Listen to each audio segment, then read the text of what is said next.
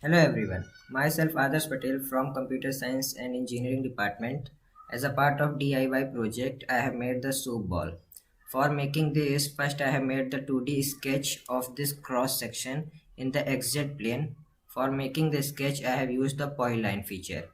In the sketch, I have made the bottom radius as 25 millimeters and taking the radius of the top face as 65 millimeters.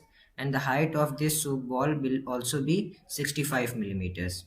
The width of this length is 10 millimeters. Then I have used the revolve option to revolve it.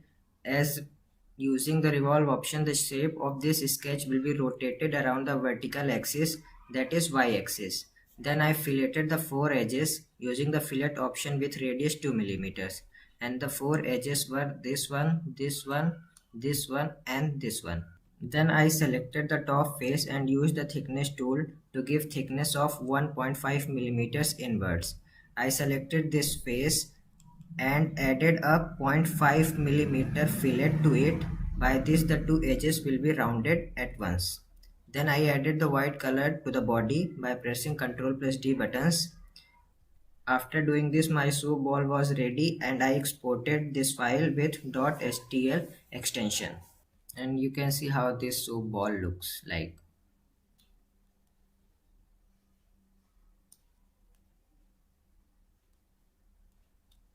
Now I am going to import that file in Ultimaker Cura software.